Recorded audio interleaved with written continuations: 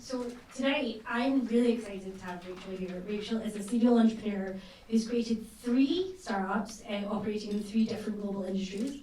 Rachel has worked in marketing, comms and PR in the UK and New Zealand with spells in Indonesia before coming back to Scotland.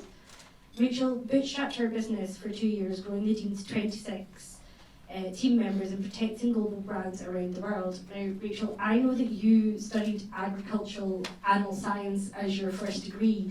That's quite a bit different from what you do now. So how did you get into business? Well, thank you very much for having me along. Thank you, David, for hosting us, and welcome to everybody. I just must say before we start, I'm attached to tense machines. I've got a sore back, so these various wires and things coming out of me, just ignore them. But I'm going to be sort of turning things on and off as we go on. So, animal science. Well, it's a very good degree to give you a practical start in life and keep your feet firmly on the ground. And I'm a very practical kind of person, as you'll see from my upturned bucket with my wine glass on. I have a great love of the land, so I studied animal science. My family are farmers, and I ended up going into agricultural communications, which led me into kind of PR and marketing, which led me into engineering and sewage, very sexy. And then I kind of ended up in communications and set up a communications agency and just kind of went from there. So actually, at the end of the day, I think tertiary education is about life, not necessarily always about what you study. I actually wanted to be a nurse. I think I'd been a rubbish nurse, so just as well I wasn't a nurse. And I totally loved studying animal science. That's great. As a serial entrepreneur, how are things different kind of second and third time round with your businesses? I never really think of myself as a serial entrepreneur. I just think of somebody who seems to be juggling 1,000 things all at once. I think in terms of the last 2 businesses, so the current business is SnapDragon, and we fight fakes online. So we monitor online marketplaces for products which infringe our clients' intellectual property. And the product before that was a product business. So I have gone from, and before that I was doing consultancy, so I've gone from making a product which actually went from inventing it at the kitchen table and taking it to a global brand, but learning how to manufacture, insure it, to manufacturing to China, logistics, supply, safety, all that kind of stuff, into technology about which I knew absolutely nothing. And I think when you set up a product company, you can actually learn about everything you need to learn. I think with a tech company, because tech moves so fast all the time, and I am of an age, that it takes me a wee bit longer to get around to learning all the right bits. And so I've had to I always work on the basis of employing a team who are infinitely better at me in every aspect of everything I do, but in tech it's particularly important. Whereas in product I could kind of try as hard as I could to learn, and did learn a lot, but I'm way behind on developing tech. Would you mind maybe sharing the story about how you went from that product business into your tech business, because it's quite an interesting story. Of course, so at the time I was running a marketing and PR company with my now husband. We co-founded the business together. We wrote the business plan in a pub in New Zealand. He was working in Indonesia, I was working in Auckland, and that's an 8-hour time difference, 8,000 miles and £800 on the flight, so that's quite a complicated arrangement.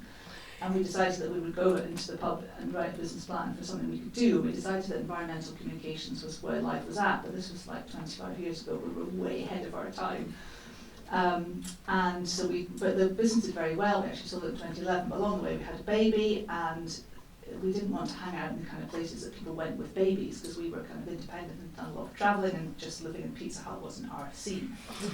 So I used to take off my jumper and tie the child up with the jumper in the chair. I mean, literally, we've got lots of photographs of the baby tied up in a chair. Said baby now wishes to study mechanical engineering. She won't thank me for sharing that bit. Anyway, I just sort of decided, well, I need to create something. So I created this product, made it at the kitchen table, we took it global, created £10 million worth of retail sales, and just as we moved the manufacturing from the UK to China in order to fulfill our biggest export markets, which were Japan and the US, a counterfeit Totseat was seized by customs. Now, anybody who makes a product, and if you're making a product or you're thinking about making a product and you haven't done this, you need to think about it. There's a wonderful system with most border forces around the world where you can register your product so that if fakes come into the country, border forces will know about it. Now, there's a small problem because only 2% of all containers coming into the UK are ever inspected, but it's worth doing it anyway. And I had done this, and at the time, I had been laughed out of court by customs because they'd said, my God, middle-aged woman with a baby product, what does she think? You know, we deal with Sony Walkman, which is how long ago it was, and GHD hair straighteners, and you know, it's a baby product. And I said, well, it's a fabric product, it's doing really well, and it's really easy to copy, even though it's got great IP protection. And sure enough, I think because I was a bit of a misnomer, they spotted this box of fake Totseats coming into the country. So on a Monday or a Tuesday, I was run up and told there were fake Totseats, and I couldn't believe it. And on a Wednesday, they arrived by DHL, and my world just turned upside down. So I had a team of 5 people, and almost overnight we lost their jobs because you can't have fake baby products pottering around because then somebody might get really badly hurt, and we were turning over £500,000. And my world just completely fell apart. I thought, well, I'm just not having this. This is not fair. This product is worth something. The brand is worth something. Our reputation is worth salvaging. So by Friday of the same week, I recruited 2 Chinese students from Edinburgh University Business School to come and help me find the fakes online, because that's where they're all coming from. And so these girls were totally fantastic, and we found a whole bunch of fakes online. And my first lesson, if you take away only one lesson today, is don't just dream in English. Because it hadn't occurred to me to look for my product in any language other than English online. It is utterly crucial when you have a product or a business that you translate it, even using Google Translate, into any language you can, and you Google it all the time, frequently, just to see what's happening to it. And I now do this all the time, but at that time I hadn't. And so we found all these fakes on Alibaba. I thought, I'm not having any of that, so off we went to Alibaba in China, and went to the IP department, which at that point had 5 people in it. So we're talking about 8 years ago. They now have 500 people in the IP department at Alibaba. So it just goes to show how things change. And I went with my colleague Jet, who's still with me, and we were the smallest, most nuisance team I think they'd ever met. Because we said, we're a SME, and by not doing something about fakes in China, you're ruining, you know, our livelihood. And so we talked to them at length about how we felt that the use of non-Chinese intellectual property should be able to be used on Chinese platforms for proof of originality, and eventually the law changed. So that's a complete game changer for everybody. But it did mean we went out to Alibaba, cycled around the campus on a tandem, and made a real nuisance of ourselves. And I think honestly they're used to dealing with major brands. But anyway, game changer, fantastic, came home, all that shit. Came back, and then lots of other people kept coming to us and saying, well, I run this small business and we're being ripped off, and could you help? And so I thought, well, we haven't really got Totseat anymore, the brand still exists, and then in actual fact somebody else is now running it and it's doing well. But at the time I just thought, well, you know, we've all got this problem and nobody will help an SME. So there are big agencies out there who do a great job, but they're charging £100,000 a year in advance. We didn't have £100,000 a year, funnily enough. And so I just kind of set off, bootstrapped the business for a couple of years doing this, called it something, then turned it into something else. I did SnapDragon, and SnapDragon was born. So basically it's a pivot. Yeah. Long answer. Great answer. I have like so many questions. I think the only one I'm going to ask is, how did you keep that resilient mindset? Because, like you said, your world was turned upside down when you got that call. How did you turn that into actually, no, we're going to change this? I think resilience is something you learn in desperation. And I'm just not somebody who gives up, particularly. I'm sure she'd given up on several things long before I did. But I was so cross. As it's being filmed, I'm trying to curb my language, but It's okay, people swear all the time. I was absolutely incensed at the audacity of being ripped off to this extent, and I was also really worried because we sold a lot of Totseats in the States, and I had visions of some American coming along and, you know, buying a fake Totseat and then me being sued. So this was a big, you know, potential issue I was worried about. So I just thought we can't have fake Totseats floating about. Yeah.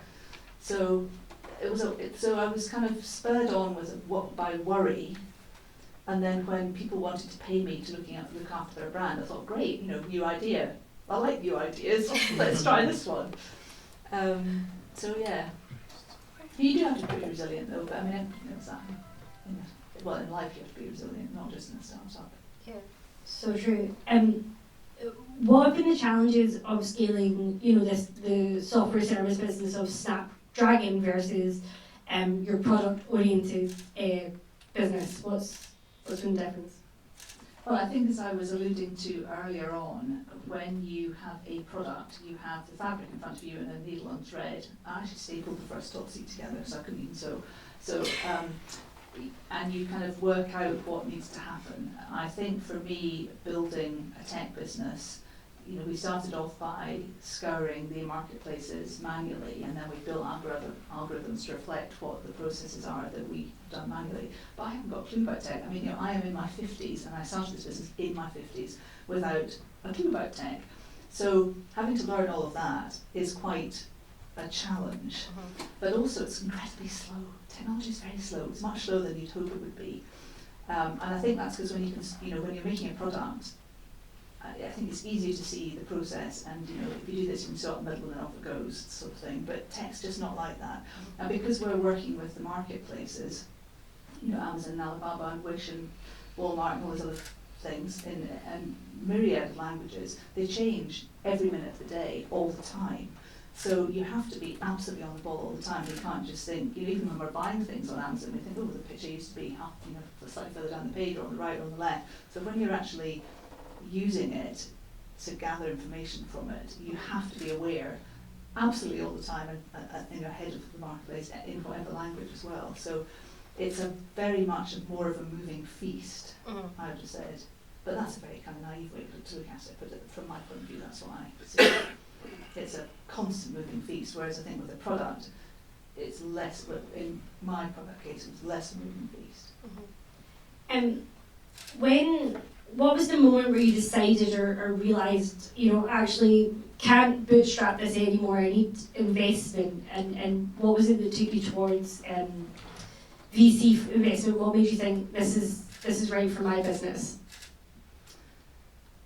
I think when you want to grow and you haven't got the money to do what you want to do, then you have to find a way around it. So bootstrapping was fine, but the few clients that were paying us were paying Jet, and they were paying for some tech, which was fantastic, but not enough. In order to speed up, we needed to raise the money, and therefore looking around to see who the right people would be was kind of where that conversation. I don't think I had a sort of lightning moment thinking, we must raise some money. There was just never enough money to go around. I thought, well, this is what we need to do next. And how did you go about finding the right investors for your business? Research and just asking people what was around. I was lucky because we went with Mercia, who some people know and some of you won't know, but they were just moving into Scotland at that point, so they were looking for sort of innovative businesses to make an impact with, and I like them very much. And I think with any investment, as everybody here will know, it is a bit like a partnership. You need to like each other. The people because they end up investing in your business. You sell them some of your business. They're not lending you money. You sell them some of your business, and then you need to work on this thing together. And if you're not on the same wavelength, or you've got completely different ideals, or you even don't believe in the same thing, or the same exit plan, or anything, then it makes that really difficult. So you need to get on. Yeah. And I just really liked them. And they've done a lot of tech investment, so that was nice from my point of view. So I thought, well, given I don't know very much about tech, they know quite a bit about tech, that's really good. Because I've never tried to cover up the fact that I'm not exactly a tech expert. I'm an expert on some of things, but not necessarily that. So that was why we selected them. What, from the process that you went through of finding VC investors, what advice would you give to any of the startups in the room right now who are maybe thinking of going down that VC route? I think you need to have your story straight. You need to know what you want in terms of money. Not necessarily the amount, but what you're going to do with it. Because I think just having a kind of vague idea that you want to raise some money so that you can grow isn't good enough. You need to be very exact about what you spend the money on and who you spend it on, if you know. I think that's really important. And I mean, I'm a bit of a skinflint, and I find actually once we had lots of cash in the bank, I actually found it quite difficult to spend it because I was so used to pottering along and not a lot. But that's a better situation to be in than to be running out very quickly. So I think you need to know what you want to do with money. I think you need to know what you want from them as investors, as people, as partners. Do you want them to be actively involved? Lots of investors are actively involved, lots of investors aren't actively involved. You know, they'll take a seat on the board. Do you want them to be really active? Do you want to be able to ring them up and, you know, with a problem? Or do you want to be, you know, kind of self-contained? All these things matter, and people have different ideas about how they work with them. You need to be pretty organised in terms of reporting. So if you're keeping all your receipts in a shoebox, sign up to something that isn't a shoebox so that you can actually produce easily some sort of financial information that's not going to embarrass you. And there's no excuse nowadays for all these things. So you need to be organised, passionate, determined, tenacious. You need to be reliable. If you find people you want to work with, then it's good if you know who they are and you've got their CVs to hand and you know why you'd want to steal them from wherever they happen to be at the moment. And I also think you need to know what you want to do. So are you just going to bring the money in and run a lifestyle business, or are you going to grow it, scale it and exit it? Because that's what they'll be interested in. You know, they want to make money, they're not just supporting you from the good of their hearts. So all these things really matter. Now that you are VC backed, how do you manage expectations with your investors, and how do you keep the relationship with your investors going? Well, we see a lot of them. So the first person who we worked with at Mercier has now moved on somewhere else, but we have a really good relationship with them, and I can ring them up at any point for a coffee or a bun. I haven't quite got to the meeting for a beer stage, but and you know, obviously lots of board meetings, lots of reports, but yeah, they're on the end of the phone if I want them. And they don't hassle me, but they're absolutely there if there's something I can do. And if there's other people within the Mercier group who I would want to speak to, then that's very easy. And I mean, even when our contact was on holiday recently, you know, I just emailed the chief exec, and you know, no problem, came back to me instantly. So, you know, they need to be approachable, but you need to ask. That, you know, they won't necessarily always offer these things. You need to ask and know what you want from them. But you do need to be organised. Your reporting needs to be good. We've had various iterations of board reports. Quite a lot of iterations of board reports. But so if you can find out early on how they want their board reports to look and what they want reported in the board report, it does save a bit of going over things several times and redoing them. So that was a mistake I made. I didn't make that clear at the beginning. I thought board reports were fine. And they were fine, it's just they liked things in a particular sort of way, and then it's much easier for them to compare companies with other ones. But totally fine, just I should have asked the question at the beginning and I didn't. Yeah. Has a lot changed in your day-to-day role from when you were bootstrapped to now? Well, there's more mouths to feed, which is lovely. But I mean, I've got a fantastic team, and that's kind of what makes it all worthwhile. The team are brilliant, and that's what makes the business the success it is. But when we were bootstrapped, we were working out of the old Totseat office, which was a converted shop, which had been a bagpipe shop.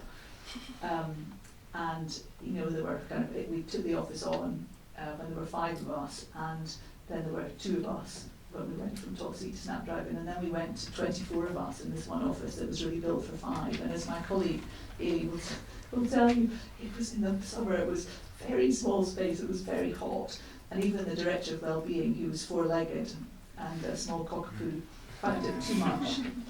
So yeah, we now have a better office. Best director of wellbeing ever, like put out there.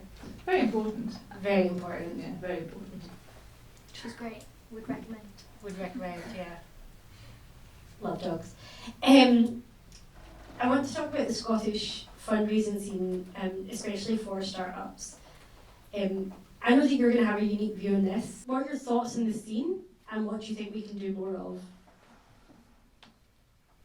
I think it's discouraging that I am one of only a handful of people who have raised VC money in the tech space at this age.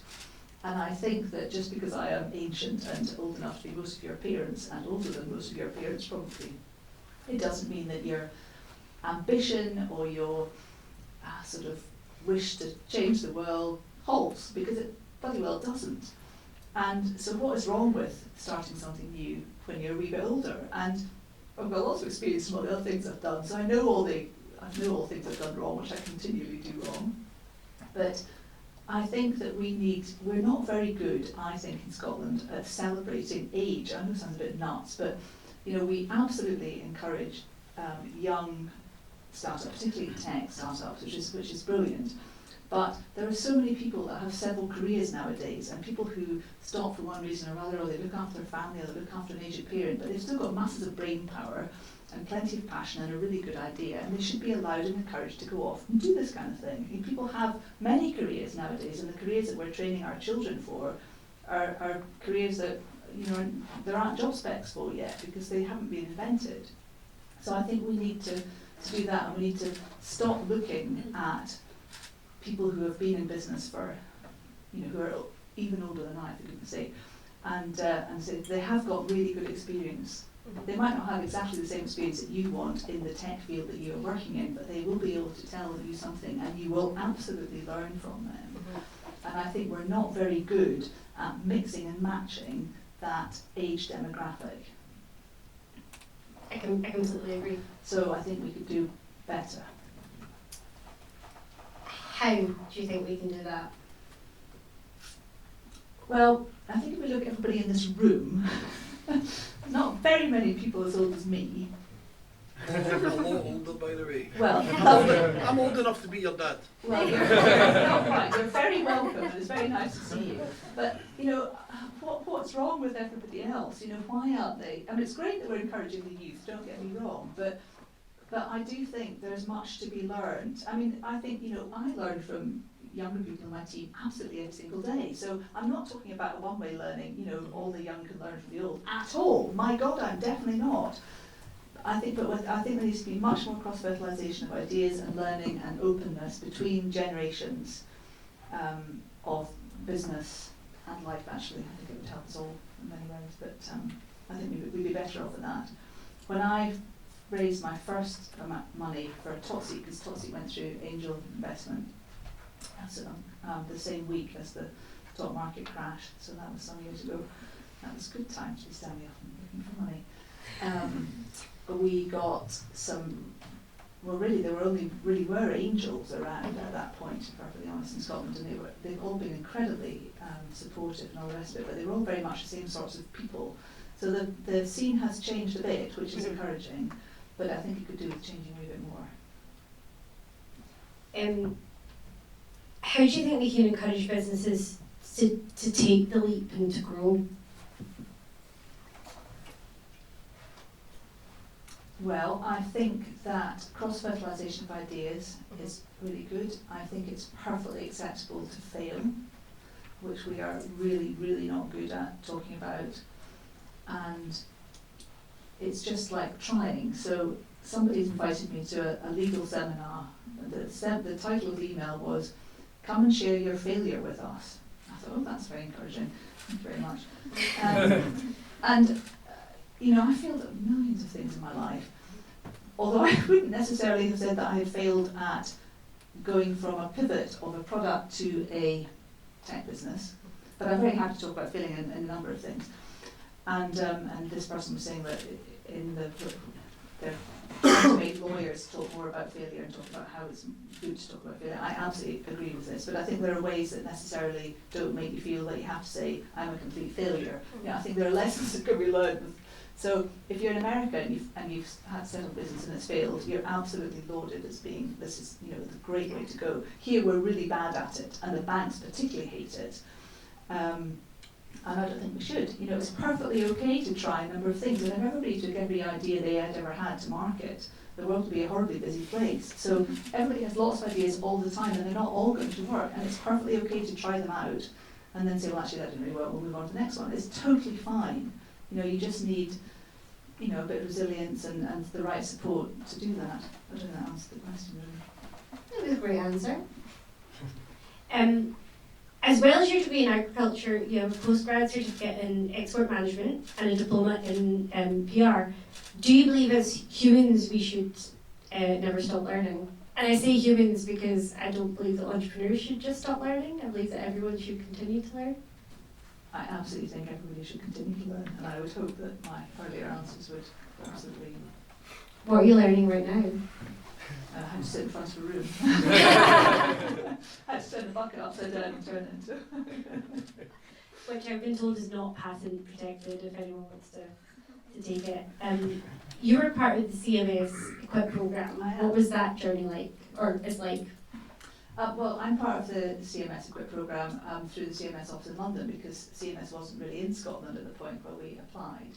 And it's been great actually. The team whom we work with in London are really nice, and they absolutely totally get us. And we pitched in the first place to the intellectual property partners, which is great for me because that's, you know, my business, SnapDragon, is really all about protecting IP now. So that really has helped, and they're just very nice people and incredibly supportive, and you can ring them up and ask them questions about things, and you also get reduced fees if you want to go down that route as well. So small advert for CMS, but no, I would recommend it to anybody who is interested. It's not like a sort of incubator. It's kind of different to an incubator, but the networking is very good, and they have very good. Well, there's the London one certainly has very good dinners. I don't know, are you doing dinners?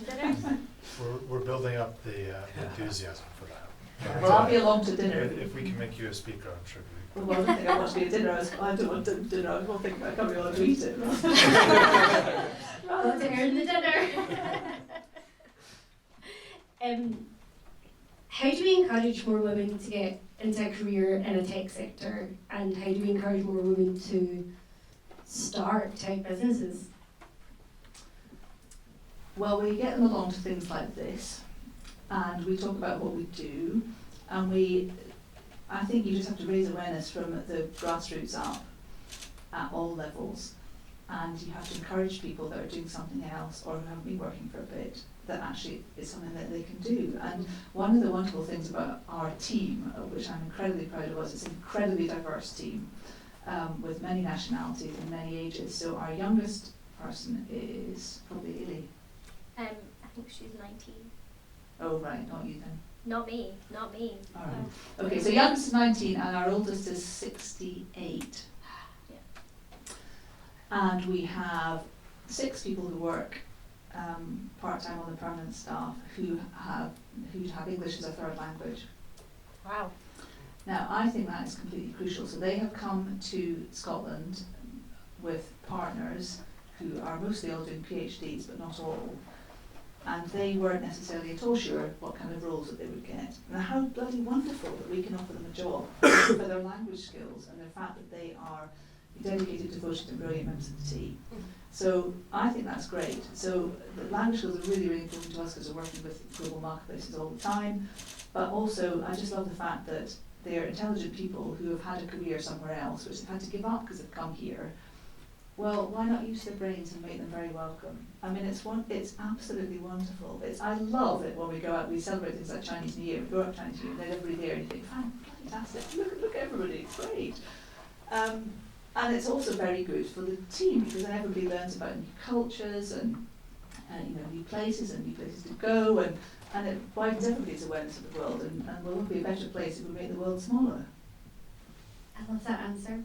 that was just fab. Do we have any questions? Lots. Okay, I'm going to go to Jenny first, and then I'll come to you, Matt. Jenny? Hi.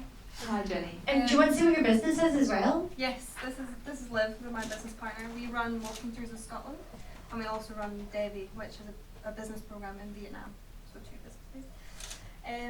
I found that really interesting and inspiring, honestly, to hear your story. And I have a million questions, but the question I want to ask is, when you start your businesses, do you find yourself getting carried away, like this is going to be a multi-million-pound business, or do you stay grounded with it? I get myself carried away on terms of the hours and what I throw into it. I don't think I've ever thought, well, this will be a multi-million-pound business.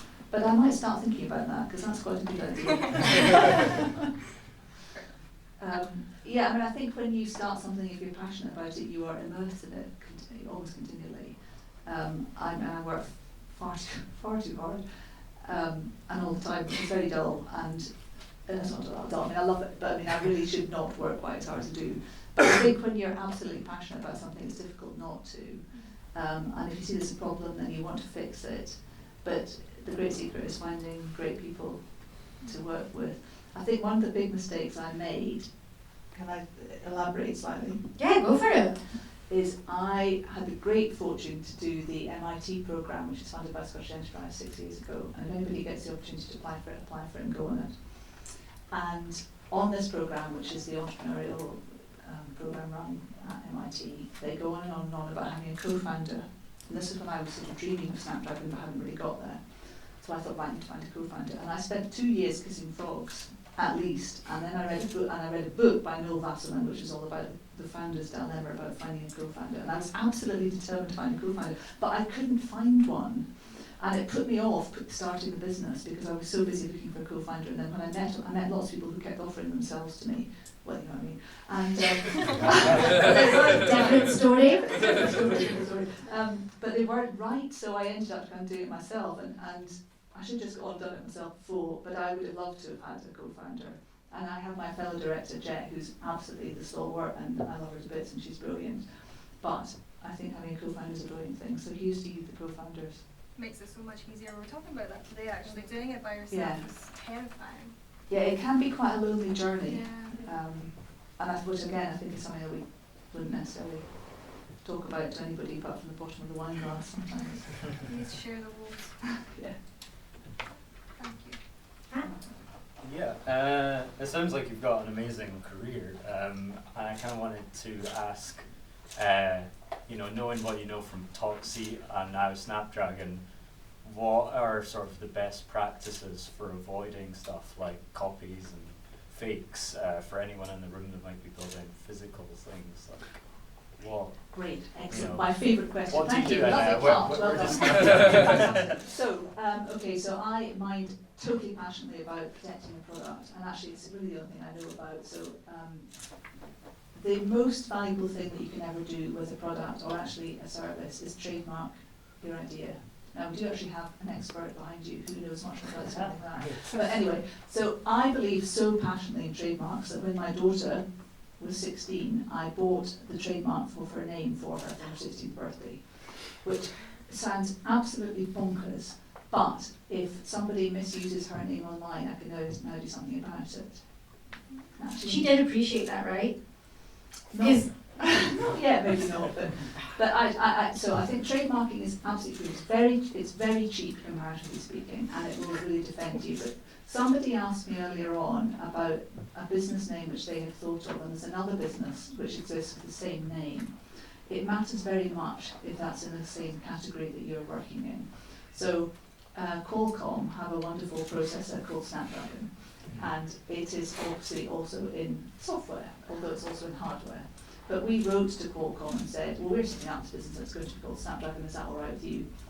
And it wasn't quite simple, it's just writing them a letter, but you know, and they said that was fine. So that's fine, and we have very specific trademarks, but we do overlap slightly in terms of the sector, but we have an agreement and that's all fine. And actually Orange also own a trademark for SnapDragon, but again we wrote to them and said, can you do this? So you need to be very pragmatic about trademarks and sensible. Local flash shops also called SnapDragon, but that's less of a problem. So trademarks, absolutely go for trademark. Design rights, I believe in also. They are not that expensive, but you must register them as soon as possible when it comes to creating the product. If you can register a patent, that's wonderful, but they're quite time consuming and they can be very expensive. And although patents can be amazing, and actually from an exit point of view, and if you watch too much Dragon's Den, they're always asking about patents. Actually, online, it's very difficult to use a patent to defend a product. People want to know about design rights because they understand design rights, and within a patent, one very small piece of something might be what's relevant, and the people in the IP department of the online platform haven't got a clue. So design rights are great.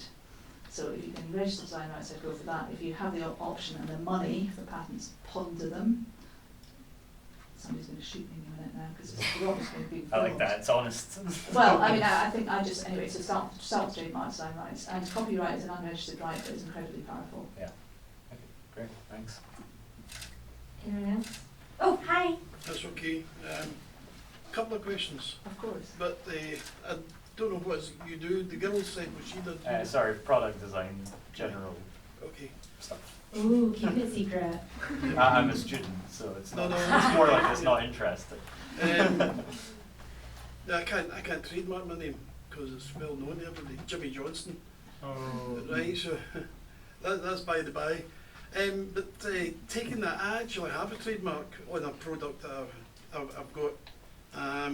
And Nike use the same, let's just say orally and orally, right? Speaking and listening, they're the same. Visually, they're completely different. Homophones, yeah, same sound, Yeah. different name. Yeah. Good words. I didn't want to use words like that just in case I got mistaken.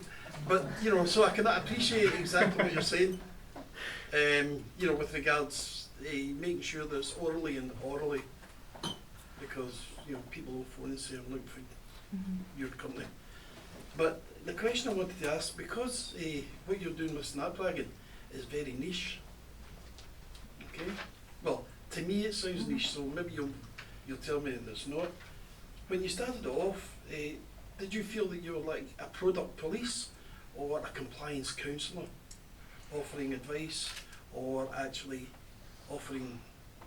encouraging folk, you know, to promote and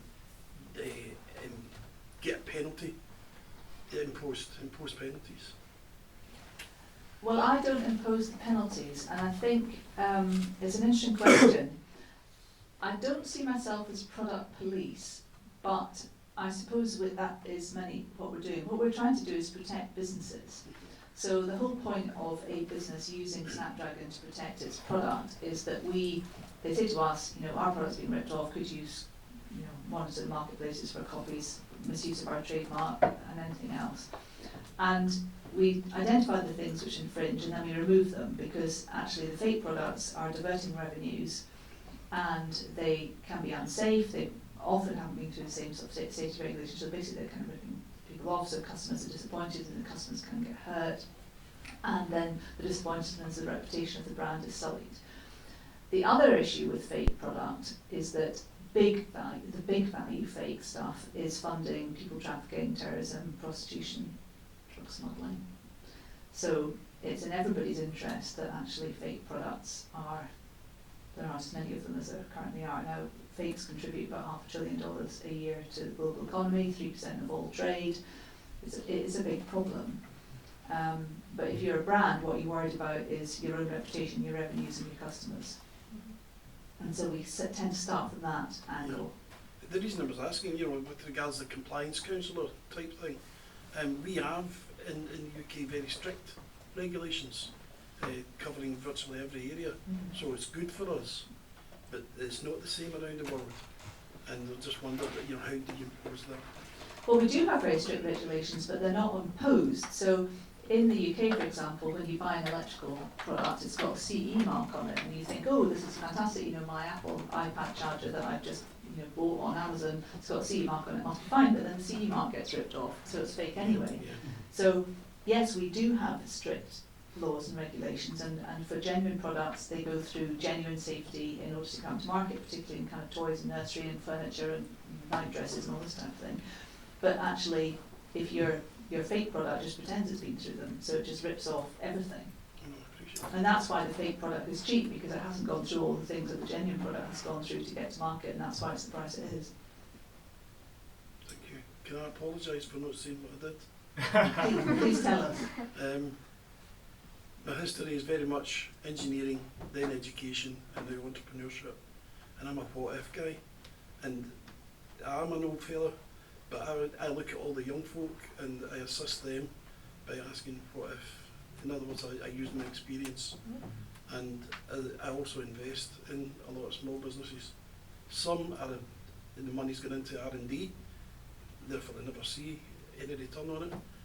But others, there'll be sizable returns coming because they're in various stages of development. So I'm not just giving funds, I'm giving advice. Excellent. And how can I put it? I'm 69, so I learn every day. I'm sitting taking notes because the young couple I'm working with are in China at the moment, and they're not coughing yet, but they can't get out for a fortnight. That's really rubbish, yeah. Well, I mean, we need more people like you, so Yeah. good on you. So I'm standing tonight. Thank you very much. Thank you for coming. Thank you for coming. Cecil? I have one question. So I want to ask a question that maybe 50-50 in terms of controversy levels. I'm not taking a stance here. I would like an honest opinion, and I don't have a stance on it myself. But fake goods, you said, contribute about $1 trillion to the economy. If these $1 trillion were to disappear from illegal products, how would that affect the people directly involved in that supply chain? Following up to that is as a second order consequence. As a follow up to that, is SnapDragon considerate or valuing the social impact of your work? And if so, are you going out there to experience firsthand how this impacts people's lives? And if you're met, good question, bad question. I'm happy to answer all of it. It's quite long. Yes. question. Do you want to ask the first part again, and then we'll answer that, and then we can do the second part, and we can answer that? Does I that think the work? second half needs to be answered first. Go for it. Oh, then, yeah, please go for it. Yeah. So in terms of evaluating, when you say are we measuring the impact of people's lives, do you mean the impact of the brand, or do you mean the impact of somebody who might be making a fake good? The latter, yeah, the latter. So we are a desk-based business looking after marketplaces online. So we are not trotting around doing offline work, finding factories and people in factories. But I can tell you from 15 years of manufacturing in China that I have been around more factories than probably most people in this room. And I know what a good factory looks like, and I know what a bad factory looks like. I know how you feel when you find a child working in a factory. And I've seen what you see on the television with all the good things and the bad things. I also know that children working for families in factories are contributing to family income. But I also know that I would not want to sell a product that would be made by a child. So from my own ethical point of view in manufacturing a product, the reason I went round the factories that made Totseat was I wanted to be able to stand in front of people and say, I know that this product was made in a factory that's ethical, that is not pouring its chemicals down into a river which is polluting the fish and therefore the people who live in the village, and there are no children working in my factory. There are decent manufacturing businesses around, and those that are working in the bad ones should move to the good ones. So I am not policing that from a point of view, but I do think ethically, as a brand, you do need to do something about that kind of thing. What makes me absolutely livid is brands that do not know their factories, they don't know their supply chain. And that, I think, is absolutely disgraceful. And if you are making a product, you should go to the factory and you should know where it's made and you should know who's making it. And I don't care whether you're a global brand or a local brand, but you absolutely need to know who's making a product, how it's been made and where it's coming from. You also need to know how it gets to where it's meant to be going. So one of the things that I find particularly frustrating is that when we're looking after brands and they have product that's being shipped in from the Far East, and we say to them, and how does it come? And they say, well, it comes on a boat and it leaves Shenzhen and it comes into Southampton. And I say, well, did it come via Singapore? And they say, well, yes, it did.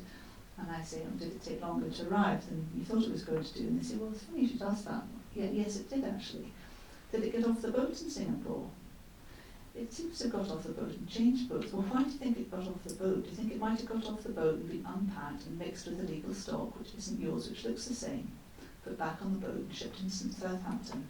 And then it's gone to something like a warehouse, where actually everything is placed individually, so you wouldn't know that the products were not all the same coming out of the box. So you should know your supply chain if you make a product and you're taking it to market.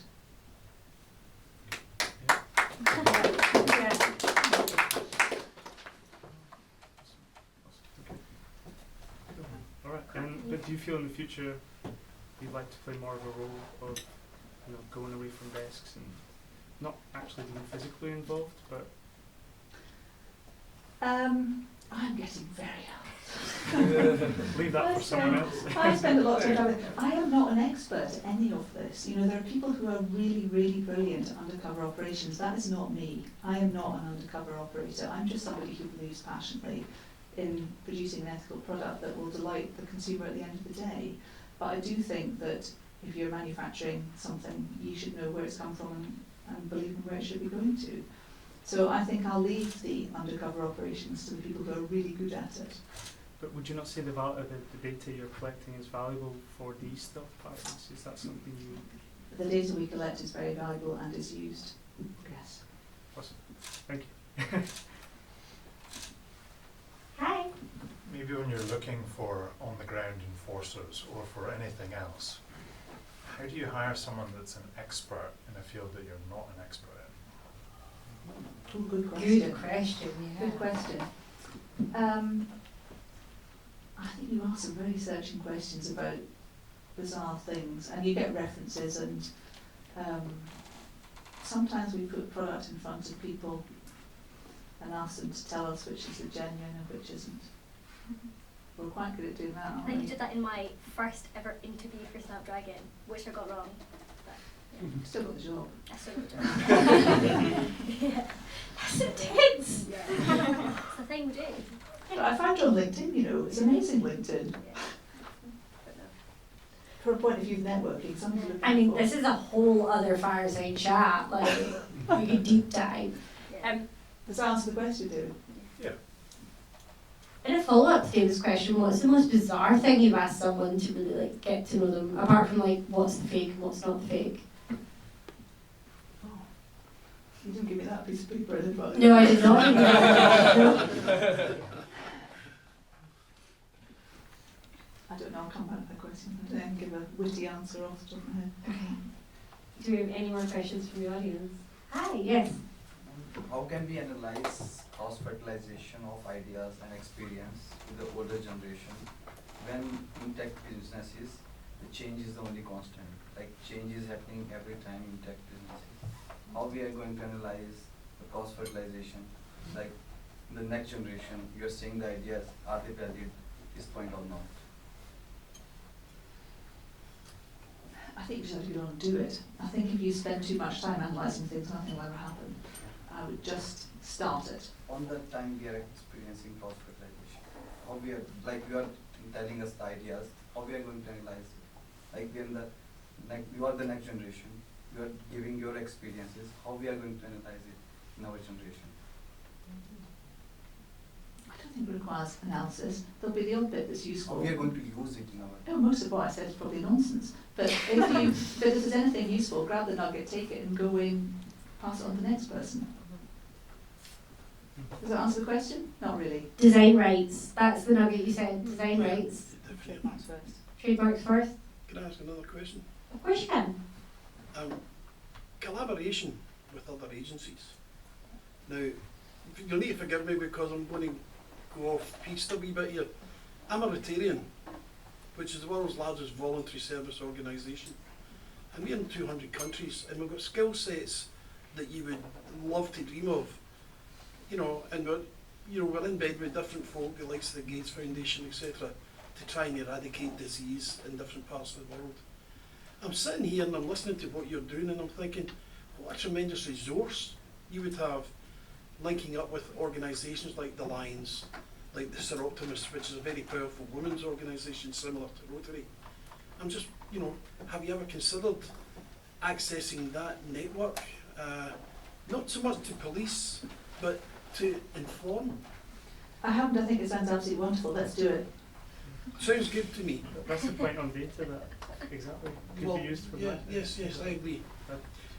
Because I was waiting for your second part of the question. I see.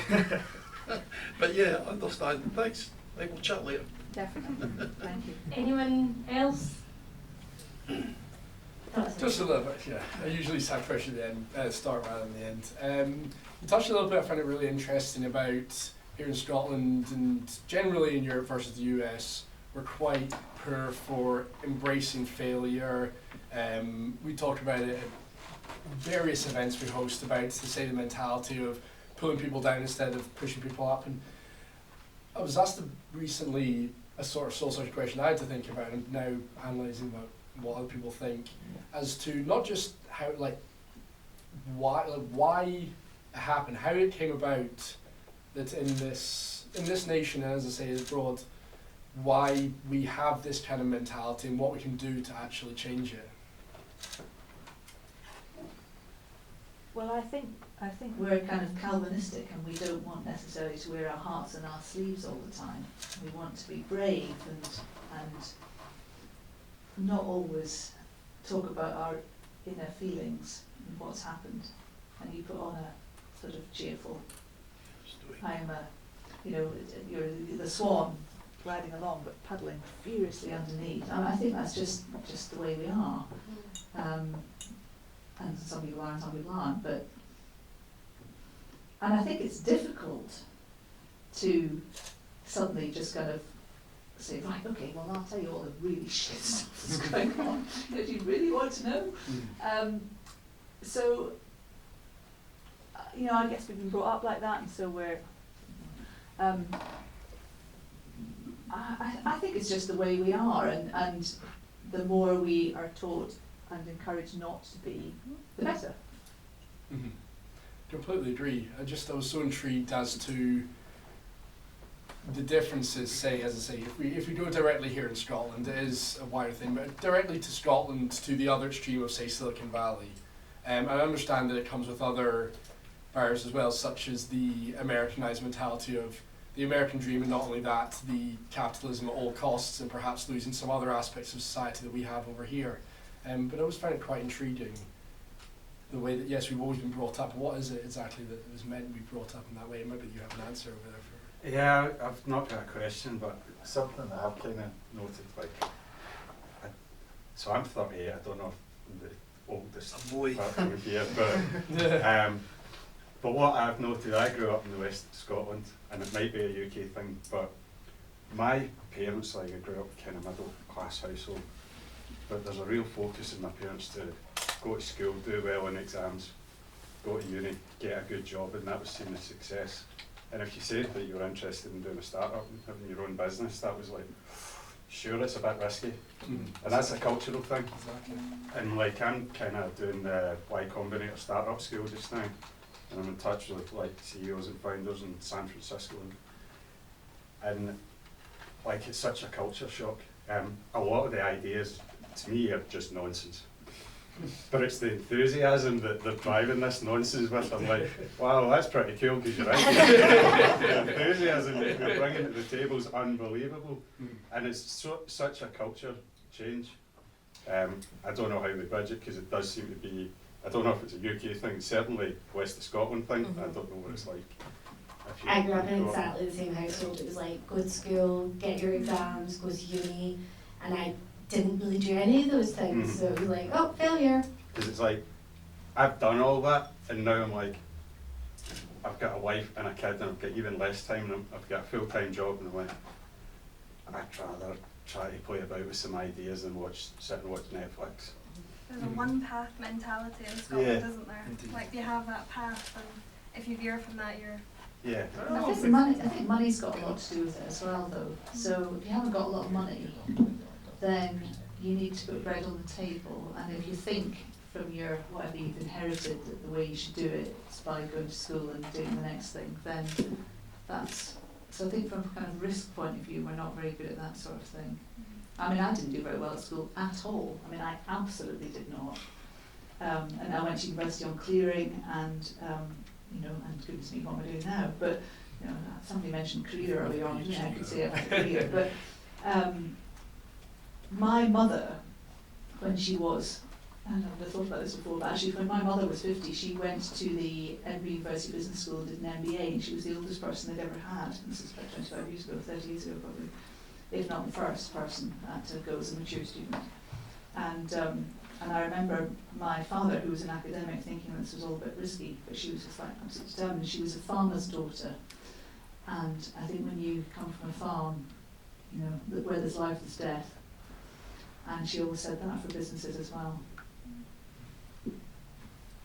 Yeah. I'm going to very selfishly ask the last question, and then I think you're going to stick around for some networking, so if anyone has any more questions. Burning question? Yes, Bonnie. Burning, oh, guys. We can keep going, right? Hopefully we'll be quick.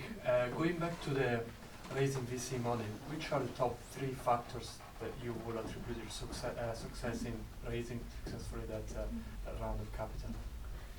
Good question. Gosh, people buy people. I think that's the most important thing. So I know several people in the VC community who have backed individuals, knowing that if the business failed, the individual would go on to do something else. So I think people is where you start. With you, your belief, your expertise, your passion, your diligence, what you know, the fact you're going into something where you believe there's a market or you can make an impact is completely crucial. I do think you need to like them as people, or respect them anyway. You might not be down the pub on a Friday night, but you do need to respect what they can bring as, not necessarily as individuals, but as a business. Because the person who took us into Mercia left very soon after we had been brought on board, and I was very disappointed, but I thought, well, this is ridiculous. And, you know, much as I like him, Mercia as a business needs to support us. And I think you should get around you, if not a board of advisors, so that you can prove that you have looked further afield than your immediate network, and that what the board of advisors who might become your board would bring additionally. Thank you. Welcome. Can I actually share something? Because you've mentioned school, right? I was an engineer. I told you I went into education. While I was in education, I kept my link with engineering, and I ran one of the most successful young engineers clubs in one of the worst housing schemes in the city. And these youngsters now do engineering. They do the lawyers. They went to university to do law from an area that university. That's not for me. And I'm not the only person. There's hundreds of people like me out in society that you can actually tap into. You know, you were asking the question, is that whole element, and the big VCs, you don't need to put loads and loads of money. I mean, I've never put in any more than 10 grand into something, but there's lots of these small snippets of money give that individual, and there's loads and loads of people out there who willingly do that, and you've pointed that out by when you said people buy people. And when we were doing the young engineers, every failure was a learning experience for them. And they knew that that doesn't work, so let's move forward and try something else. And there's a whole network of young engineers clubs in the UK. So, chat to me later. Excellent. Do you have a question? Yeah, so there's this, I think it's building up now. It's a saying, we're fucked, it's over with you. And basically it's like a moment in your time as a company where you thought, Christ, I'm fucked, it's over. So I wanted to ask, what are some of those moments that, if any, that you felt while at SnapDragon where you thought, it's the end of the road? I'm pleased to say that at SnapDragon I've not yet had any of those moments. But I definitely have had them in other businesses, or even when I work for other people. And that comment isn't necessarily about running a business, it's actually about life. And every bit of life, whether it's a relationship or an educational program that you're going through, or a boss that makes a pass at you, or any of these things. So I just need to get up and move on. But thankfully, I haven't quite got very next SnapDragon. That's awesome to hear. Now I'm taking the last question because I'm really like that. I've What's got an next? answer to your other question. Oh, right, let's start with that. What is it? I nearly didn't give somebody a job once because of their shoes. How bad were the shoes? They were very high. And, this was in the days before people looked at social media accounts before they interviewed you, which I have to say it now is just completely crucial. But this woman, who actually ended up being a totally stalwart employee for 5 years, came to her first interview in a pair of shoes that were so high that I thought, you'll never be able to carry a box of Totseats around the office. So I knew I wanted to give her the job, but I didn't know if practically she could actually wear the right clothes for the role. So I had her back for the second interview to see what shoes she was going to wear. And they were fine. And she was with me for 5 years, and she was fantastic. Amazing. What's next? Well, I haven't finished this one yet. But what's next for SnapDragon then? Well, I think we grow, scale, work with more brands, solve a lot more problems, use our data effectively so that we can influence what's happening in the world offline. All that kind of thing. Lots to do. Lots of people to nurture, grow, encourage, give jobs to, see them develop. Lots to do. I think you'll agree with me that this has been a really insightful and fascinating talk, so please put your hands together for the incredible Rachel Jones.